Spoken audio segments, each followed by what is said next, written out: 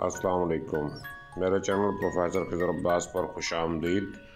Channel को subscribe करके bell का आइकन दबाएं। वीडियो को लाइक, कमेंट और शेयर करें। बहुत बहुत शुक्रिया। बिस्मिल्लाहिर्रहमानिर्रहीम। आवाज़ वकार अस्सलाम वालेकुम। मैं हूं प्रोफेसर खिज़र अब्बास और आप मेरा यूट्यूब चैनल देख रहे हैं प्रोफेसर खिज़र अब्बास। आजकल इसमें मैं अल्लामा इकबाल के कलाम की शरह पेश कर रहा हूँ।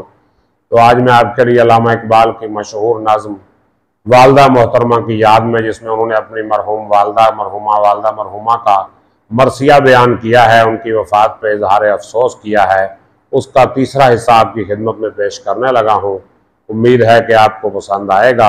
नज़्म की तरफ बढ़ने से पहले मेरी गुजारिश है कि अगर अभी तक आपने मेरा चैनल सब्सक्राइब नहीं किया तो चैनल सब्सक्राइब करके बेल का आइकन दबा दें ताकि मेरी हर आने वाली वीडियो आप तक पहुँचती रहे।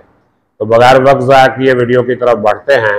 अल्लामा इकबाल फरमाते हैं अपनी वालदा के याद में कि किसको अब होगा वतन में आह मेरा इंतज़ार, यानी वालदा की वफ़ात के बाद कौन है जो अब वतन में मेरा इंतज़ार करेगा। किसको अब होगा वतन में आह मेरा इंतज़ार, और कौन मेरा ख़त न आने से रहेगा बेकरार, और कौन इस बात पर बेकरार रहेगा, बेचैन रहेगा कि मेरा ख़त नहीं आया, यानी मेरा ख़त न आने की वजह से कौन बेचैन और बेकरार रहेगा।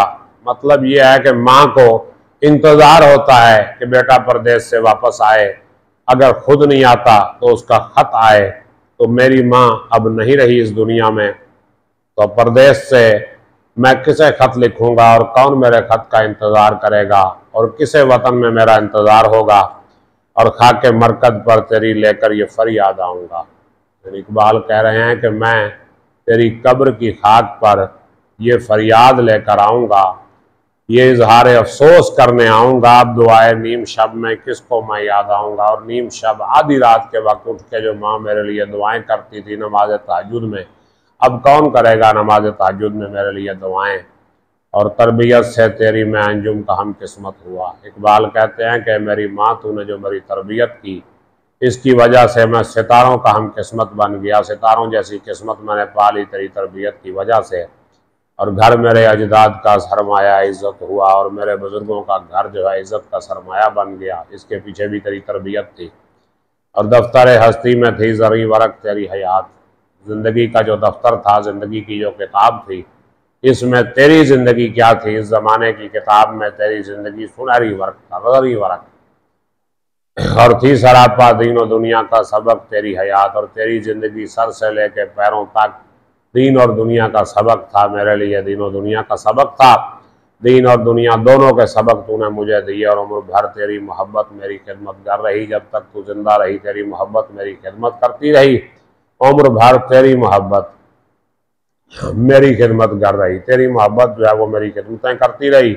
और मैं तेरी खिदमत के काबिल जब हुआ तू चल बसी, और जब मैं तेरी खिदमत के काबिल हुआ तो तू इस दुनिया को छोड़ के चली गई, तू फौत हो गई, मर गई इस दुनिया को छोड़ के। और वो जवां कामत में है जो सूरत है सर्व बुलंद, अपने भाई की बात कर रहे हैं इकबाल कि वो जवां जो कद में सर्व की तरह बुलंद है, तेरी खिदमत से हुआ मुझसे बढ़कर बहरामंद, यानी जिसने मुझसे ज़्यादा तेरी खिदमत की, यानी मेरे भाई ने। अल्लामा इकबाल के भाई तो वालदा के पास रहते थे ना, इकबाल आला तालीम के सिलसिले में बाहर गए हुए थे, यूरोप गए हुए थे। उन्होंने कहा कि मुझसे ज़्यादा जो है खिदमत की है मेरे भाई ने तेरी, और कारोबार ज़िंदगानी में वो हम पहलू मेरा, यानी ज़िंदगी के कारोबार में वो मेरे साथ खड़ा होता है मेरा भाई। वो मोहब्बत में तेरी तस्वीर वो बाजू मेरा, यानी मेरा भाई जो है वो मोहब्बत में तेरी तस्वीर है, तेरी तरह मुझसे प्यार करता है, और वो मेरा बाजू है, मेरे साथ खड़ा होता है, और तुझको मिसले तिफल के बेदस्त व पार होता है वो, यानी मेरा भाई तेरी जुदाई में इस तरह रोता है जैसे छोटा बच्चा माँ की जुदाई में रोता है। तिफल के बेदस्त व पार, ऐसा छोटा बच्चा जिसके हाथ पैर काम ना करते हो। और सब्र से ना आशना सुबह मसा रोता है, वो सब्र से उस वाकिफ नहीं, और सुबह मसा, सुबह और शाम तेरे लिए वो रो रहा है।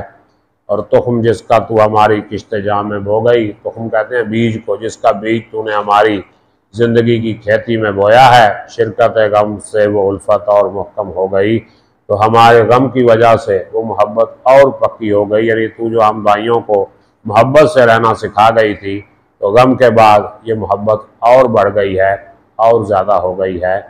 आज के लिए इतना ही काफ़ी है। उम्मीद करता हूँ कि यह नज़्म आपको समझ आई होगी। अगर कोई सवाल है तो कमेंट कीजिएगा। मुझे इजाज़त दीजिए, अपना ख्याल रखिएगा। अल्लाह हाफ़िज़।